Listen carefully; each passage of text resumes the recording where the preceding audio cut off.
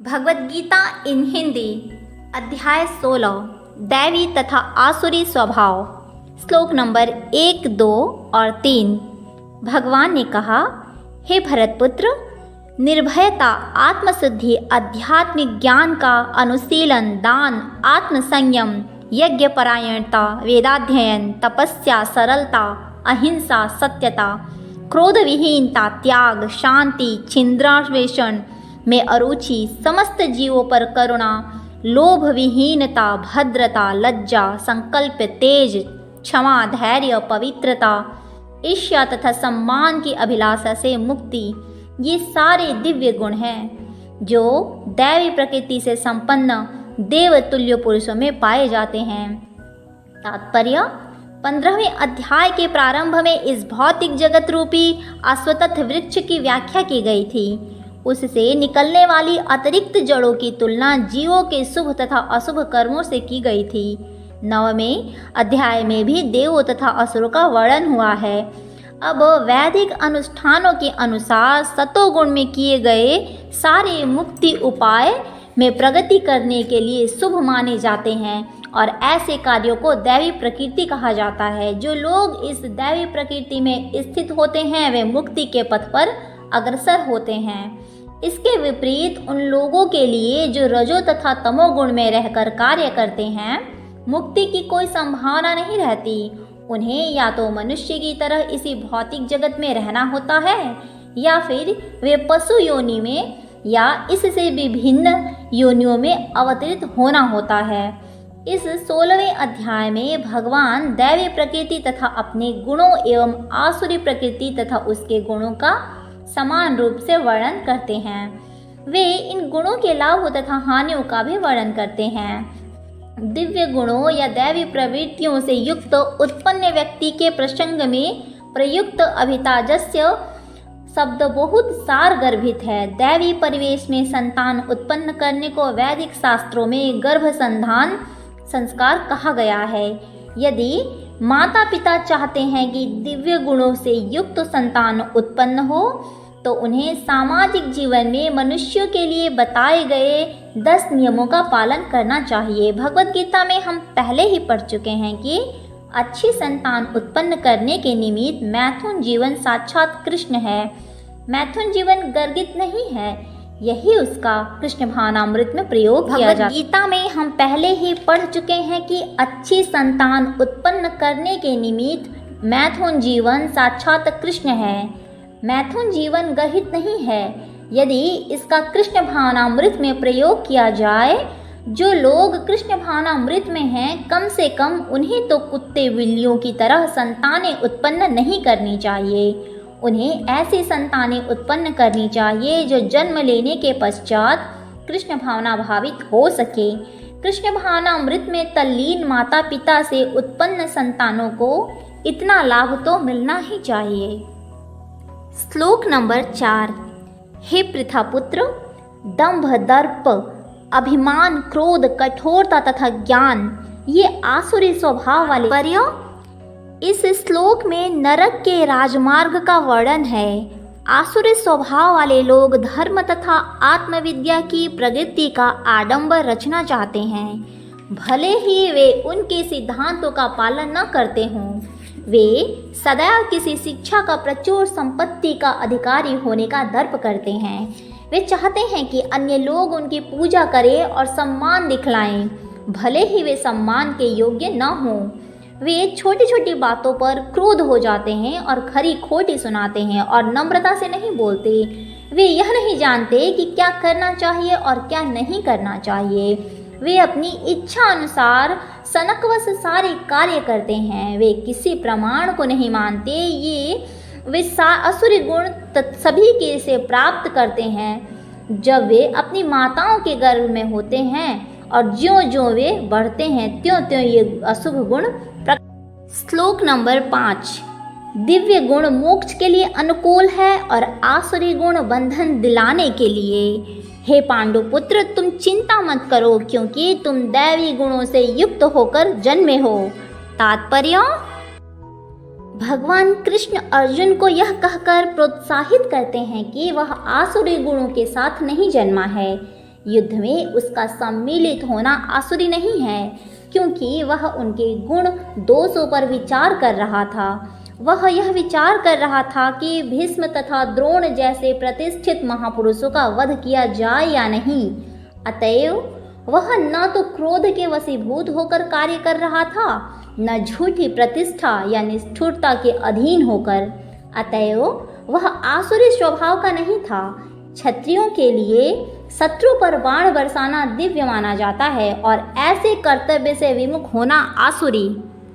अतएव अर्जुन के लिए शोक करने का कोई कारण न था। जो कोई भी जीवन के विभिन्न आश्रमों के विधानों का पालन करता है वह दिव्य पद पर स्थित होता है। श्लोक नंबर 6।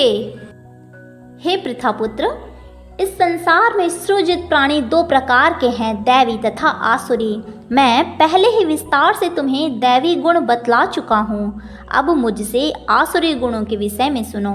तात्पर्य, अर्जुन को यह कहकर कि वह दैवी गुणों से संपन्न होकर जन्मा है, भगवान कृष्ण अब उसे आसुरी गुण बताते हैं। इस संसार में बद्ध जीव दो श्रेणियों में बटे हुए हैं। जो जीव दिव्य गुणों से संपन्न होते हैं वे नियमित जीवन बिताते हैं, अर्थात वे शास्त्रों तथा विद्वानों द्वारा बते गए आदर्शों का निर्वाह करते हैं। मनुष्य को चाहिए कि प्रामाणिक शास्त्रों के अनुसार ही कर्तव्य निभाए। यह प्रकृति कहलाती है। जो शास्त्र विहीन विधानों को नहीं मानता और अपनी सनक के अनुसार कार्य करता रहता है वह आसुरी कहलाता है। शास्त्र के विधि विधानों के प्रति आज्ञा भाव ही एकमात्र कसौटी है, अन्य नहीं। वैदिक साहित्य में उल्लेख है कि देवता तथा असुर दोनों ही प्रजापति से उत्पन्न हुए हैं। अंतर इतना ही है कि एक श्रेणी के लोग वैदिक आदर्शों को मानते हैं और दूसरे नहीं मानते। श्लोक नंबर 7। जो आसुरी हैं वे यह नहीं जानते कि क्या करना चाहिए और क्या नहीं। उनमें न तो पवित्रता, न उचित आचरण और न ही सत्य पाया जाता है। तात्पर्य, प्रत्येक सभ्य मानव समाज में कुछ आचार संहिताएं होती हैं जिसका प्रारंभ से पालन करना होता है। विशेषतः आर्यगण जो वैदिक सभ्यता को मानते हैं और अत्यंत सभ्य माने जाते हैं इनका पालन करते हैं, किंतु जो शास्त्रीय आदेशों को नहीं मानते वे असुर समझे जाते हैं। इसलिए यहाँ कहा गया है कि असुरगण न तो शास्त्रीय नियमों को जानते हैं न उनमें इसके पालन करने की प्रवृत्ति पाई जाती है। उनमें से अधिकांश इन नियमों को नहीं जानते और जो थोड़े से लोग जानते भी हैं उनमें इनके पालन करने की प्रवृत्ति नहीं होती। उन्हें न तो वैदिक आदेशों में कोई श्रद्धा होती है न ही वे इसके अनुसार कार्य करने के इच्छुक होते हैं। असुरगण न तो बाहर से न भीतर से स्वच्छ होते हैं। मनुष्य को चाहिए कि स्नान करके, दंत मंजन करके, बाल बनाकर, वस्त्र बदलकर शरीर को स्वच्छ रखे। जहाँ तक आंतरिक स्वच्छता की बात है, मनुष्य को चाहिए कि वह सदैव ईश्वर के पवित्र नामों का स्मरण करे और हरे कृष्ण महामंत्र का कीर्तन करे। असुरगण बाह्य तथा आंतरिक स्वच्छता के इन नियमों को न चाहते हैं न इनका पालन करते हैं। श्लोक नंबर 8। वे कहते हैं कि यह जगत मिथ्या है, इसका कोई आधार नहीं है और इसका नियामक किसी ईश्वर द्वारा नहीं होती। उनका कहना है कि यह कामेच्छा से उत्पन्न होती है और काम के अतिरिक्त कोई अन्य कारण नहीं है। तात्पर्य, आसुरी लोग यह निष्कर्ष निकालते हैं कि यह जगत माया जाल है। इसका न कोई कारण है, न कार्य, न नियामक, न कोई प्रयोजन। हर वस्तु मिथ्या है। उनका कहना है कि यह दृश्य जगत आकस्मिक भौतिक क्रियाओं तथा प्रतिक्रियाओं के कारण है। वे यह नहीं सोचते कि ईश्वर में किसी प्रयोजन से इस संसार की रचना की है। उनका अपना सिद्धांत है कि यह संसार अपने आप उत्पन्न हुआ है और यह विश्वास करने का कोई कारण नहीं कि इसके पीछे किसी ईश्वर का हाथ है। उनके लिए आत्मा तथा पदार्थ में कोई अंतर नहीं होता और वे परम आत्मा को स्वीकार नहीं करते। उनके लिए हर वस्तु पदार्थ मात्र है और यह पूरा जगत मानो अज्ञान का पिंड हो। उनके अनुसार प्रत्येक वस्तु शून्य है और जो भी सृष्टि दिखती है वह केवल दृष्टि भ्रम के कारण है। जिस प्रकार स्वप्न में हम ऐसी अनेक वस्तुओं की सृष्टि करते हैं जिसका वास्तव में कोई अस्तित्व नहीं होता, अतएव जब हम जाग जाते हैं तो देखते हैं कि सब कुछ स्वप्न मात्र था। लेकिन वास्तव में यद्यपि असुर यह कहते हैं कि जीवन स्वप्न है, लेकिन वे इस स्वप्न को भोगने में बड़े कुशल होते हैं। अतएव वे ज्ञानार्जन करने के बजाय अपने स्वप्न लोक में अधिक उलझ जाते हैं। श्लोक नंबर 9।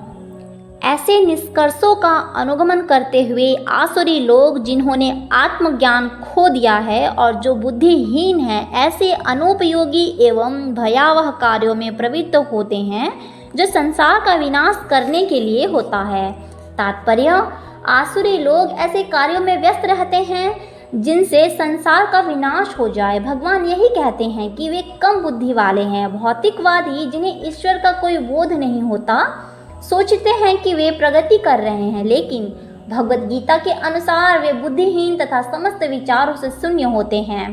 वे इस भौतिक जगत का अधिक से अधिक भोग करने का प्रयत्न करते हैं।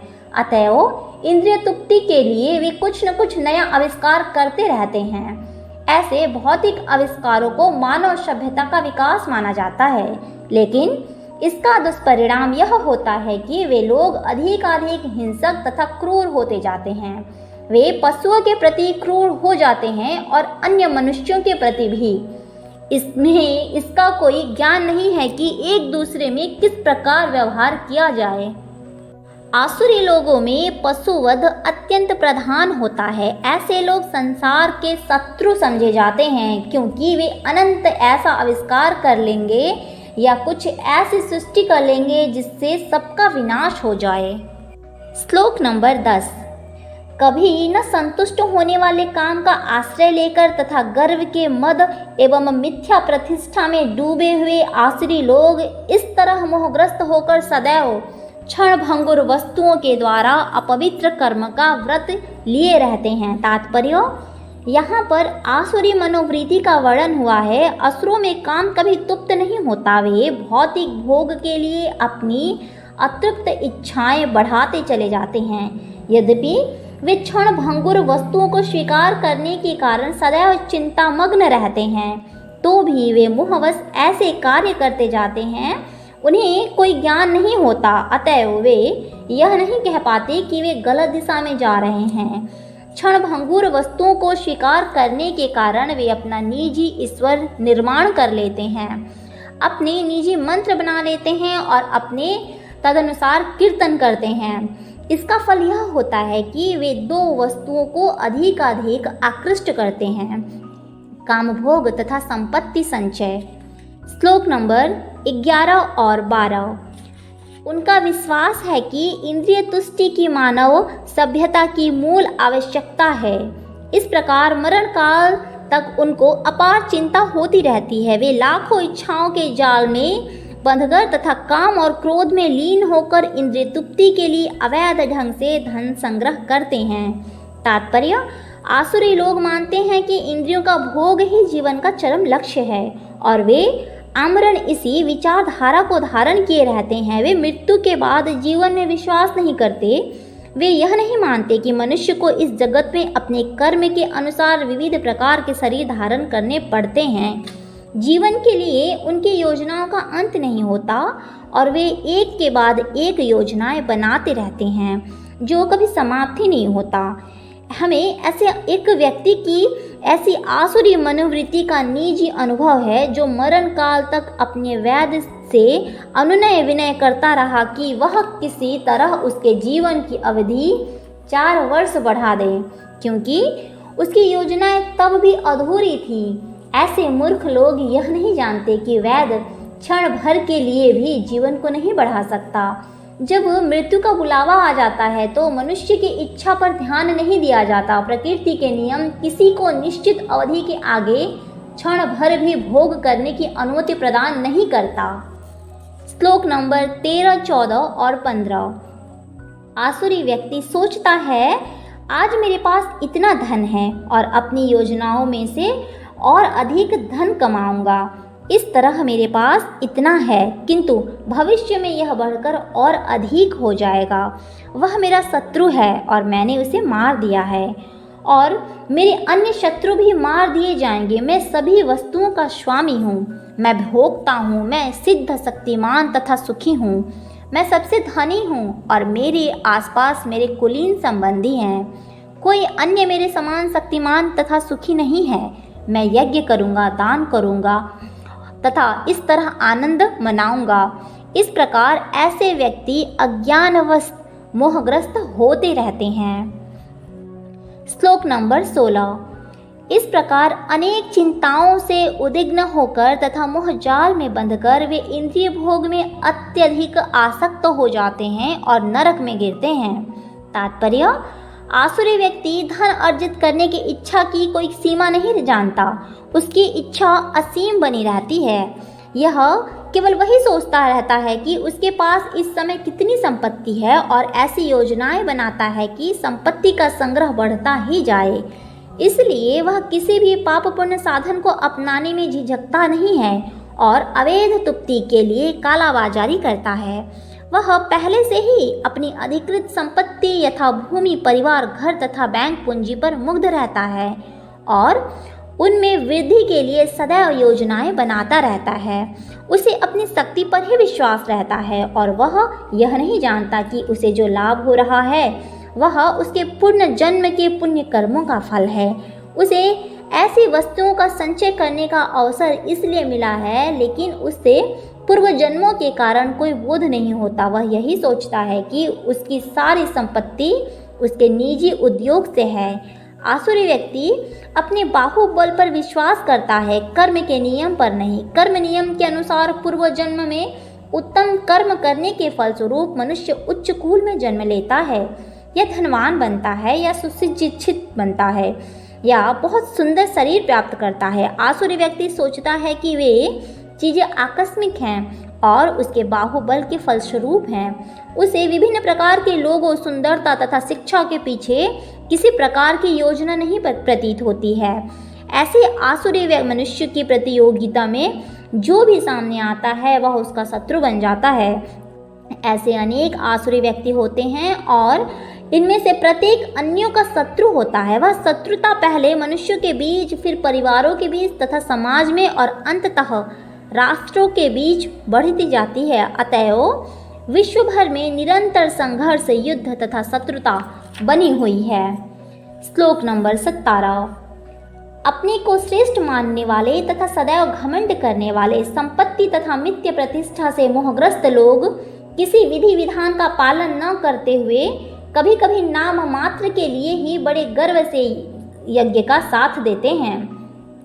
तात्पर्य, अपने को सब कुछ मानते हुए किसी प्रमाण या शास्त्र की प्रवाह न करते हुए आसुरी लोग कभी कभी तथाकथित धार्मिक या याज्ञिक अनुष्ठान करते हैं। चूँकि वे किसी प्रमाण में विश्वास नहीं करते, अतएव वे अत्यंत घमंडी होते हैं। थोड़ी सी संपत्ति तथा झूठी प्रतिष्ठा पा लेने के कारण जो मोह उत्पन्न होता है उसी के कारण ऐसा होता है। कभी कभी ऐसे असुर उपदेशक की भूमिका निभाते हैं, लोगों को भ्रांत करते हैं और धार्मिक सुधारक या ईश्वर के अवतारों के रूप में प्रसिद्ध हो जाते हैं। वे यज्ञ करने का दिखावा करते हैं या देवताओं की पूजा करते हैं या अपने निजी ईश्वर को सृष्टि करते हैं। सामान्य लोग इसका प्रचार ईश्वर कहकर करते हैं, उन्हें पूजते हैं, और मूर्ख लोग उन्हें धर्म या आध्यात्मिक ज्ञान के सिद्धांतों में बढ़ा चढ़ा मानते हैं। वे सन्यासी का वेश धारण कर लेते हैं और उस वेश में सभी प्रकार का अधर्म करते हैं।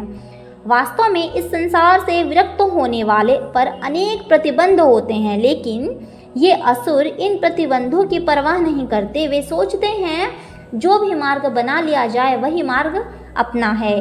उनके समक्ष आदर्श मार्ग जैसी कोई वस्तु नहीं जिस पर चला जाए। यहाँ पर अविधि पूर्वक शब्द का बल दिया गया है, जिसका अर्थ है कि तात्पर्य, यहाँ पर आसुरी जीवन आरंभ होने का वर्णन हुआ है। मनुष्य अपने काम को तुष्ट करना चाहता है, किंतु जब उसे पूरा नहीं कर पाता तो क्रोध तथा लोभ उत्पन्न होता है।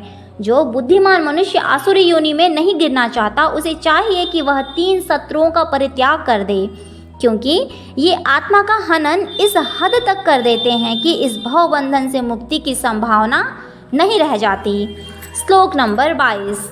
हे कुंती पुत्र, जो व्यक्ति इन तीनों नरकों द्वारों से बच जाता पाता है वह आत्म साक्षात्कार के लिए कल्याणकारी कार्य करता है और इस प्रकार क्रमशः परम गति को प्राप्त होता है। तात्पर्य, मनुष्य को मानव जीवन के 3 शत्रुओं काम, क्रोध तथा लोभ से अत्यंत सावधान रहना चाहिए। जो व्यक्ति जितना ही इन तीनों से मुक्त होगा उतना ही उसका जीवन शुद्ध होगा। तब वह वैदिक साहित्य में अधिष्ट विधि विधानों का पालन कर सकता है। इस प्रकार मानव जीवन के विधि विधानों का पालन करते हुए वह अपने आप को धीरे धीरे आत्म साक्षात्कार के पद पर प्रतिष्ठित कर सकता है। यदि वह इतना भाग्यशाली हुआ कि इस अभ्यास से कृष्ण भावनामृत के पद तक उठ सके तो उसकी सफलता निश्चित है। वैदिक साहित्य में कर्म तथा कर्मफल की विविध विधियों का आदेश है जिससे मनुष्य शुद्धि की अवस्था तक पहुंच सके। श्लोक नंबर 23। जो शास्त्रों के आदेशों की अवहेलना करता है और मनमाने ढंग से कार्य करता है उसे न तो सिद्धि, न सुख, न ही परम गति प्राप्त हो पाती है। तात्पर्य, जैसा कि पहले कहा जा चुका है कि मानव समाज के विभिन्न आश्रमों का वर्णों के लिए शास्त्र विधि दी गई है। प्रत्येक व्यक्ति को इन विधि विधानों का पालन करना होता है। यदि कोई इनका पालन न करके काम, क्रोध और लोभवश स्वेच्छा से कार्य करता है तो उसे जीवन में कभी सिद्धि प्राप्त नहीं हो सकती। दूसरे शब्दों में, भले ही मनुष्य ये सारी बातें सिद्धांत के रूप में जानता रहे, लेकिन यदि वह इन्हें अपने जीवन में नहीं उतार पाता तो वह अधम जाना जाता है। मनुष्य योनि में जीवन से आशा की जाती है कि वह बुद्धिमान बने और सर्वोच्च पद तक जीवन को ले जाने वाले विधानों का पालन करे, किंतु यदि वह इसका पालन नहीं करता तो उसका अधःपतन हो जाता है। लेकिन फिर भी जो विधि विधानों तथा नैतिक सिद्धांतों का पालन करता है किंतु अनंत गोत्वा परमेश्वर को समझ नहीं पाता तो उसका सारा ज्ञान व्यर्थ है। और यदि वह ईश्वर के अस्तित्व को मान भी ले किंतु यदि वह भगवान की सेवा नहीं करता तो भी उसके प्रयास निष्फल हो जाते हैं। अतएव मनुष्य को चाहिए कि अपने आप को कृष्ण भावनामृत तथा भक्ति के पद तक ऊपर ले जाए, तभी वह परम सिद्ध अवस्था को प्राप्त कर सकता है, अन्यथा नहीं। श्लोक नंबर 24। अतएव मनुष्य को यह जानना चाहिए कि शास्त्रों के विधान के अनुसार क्या कर्तव्य है और क्या अकर्तव्य। उसे ऐसे विधि विधानों में को जानकर कर्म करना चाहिए जिससे वह क्रमशः ऊपर उठ सके। तात्पर्य, जैसा कि 15वें अध्याय में कहा जा चुका है, वेदों के सारे विधि विधान कृष्ण को जानने के लिए हैं। यदि कोई भगवद गीता से कृष्ण को जान लेता है और भक्ति में प्रवृत्त होकर कृष्ण भावनामृत को प्राप्त होता है तो वह वैदिक साहित्य द्वारा प्रदत्त ज्ञान की चरम सिद्धि तक पहुंच जाता है। भगवान चैतन्य महाप्रभु ने इस विधि को अत्यंत सरल बनाया है। उन्होंने लोगों में केवल हरे कृष्ण महामंत्र जपने तथा भगवान की भक्ति में प्रवृत्त होने और अर्च विग्रह को अर्पित भोग का उचिष्ट खाने के लिए कहा है। जो व्यक्ति इन भक्ति कार्यों में संलग्न रहता है उसे सदैव साहित्य से अवगत और सार तत्व को प्राप्त हुआ माना जाता है। मानव समाज में समस्त पतनों का मुख्य कारण भगवत विद्या के नियमों का प्रति द्वेष है। यह मानव जीवन का सर्वोच्च अपराध है। अतएव भगवान की भौतिक शक्ति अर्थात माया त्रैतापों के रूप में हमें सदैव कष्ट देती रहती हैं। यह भौतिक शक्ति प्रकृति के 3 गुणों से बनी हुई है। इसके पूर्व की भगवान के ज्ञान का मार्ग खुले मनुष्य को कम से कम सत्वगुण तक ऊपर उठना होता है। सत्वगुण तक उठे बिना वह तमो तथा रजो गुण में रहता है और आसुरी जीवन के कारण स्वरूप है। रजो तथा तमोगुण व्यक्ति शास्त्रों, पवित्र मनुष्यों तथा भगवान के समुचित ज्ञान की खिल्ली उड़ाते हैं। वे गुरु के आदेशों का उल्लंघन करते हैं और शास्त्रों की विधि विधानों की परवाह नहीं करते। वे भक्ति की महिमा का श्रवण करके भी उनके प्रति आकृष्ट नहीं होते। इस प्रकार वे अपनी उन्नति का अपना निजी मार्ग बनाते हैं। मानव समाज में ये ही कतिपय दोष है जिसके कारण आसुरी जीवन बिताना पड़ता है, किंतु यदि उपयुक्त तथा प्रामाणिक गुरु का मार्ग प्रदर्शन प्राप्त हो जाता है तो उसका जीवन सफल हो जाता है, क्योंकि गुरु उच्च पद की ओर उन्नति का मार्ग दिखा सकते हैं। इस प्रकार श्रीमद् भगवद गीता के 16वें अध्याय दैवी तथा आसुरी स्वभाव का भक्ति वेदांत तात्पर्य पूर्ण हुआ। तात्पर्य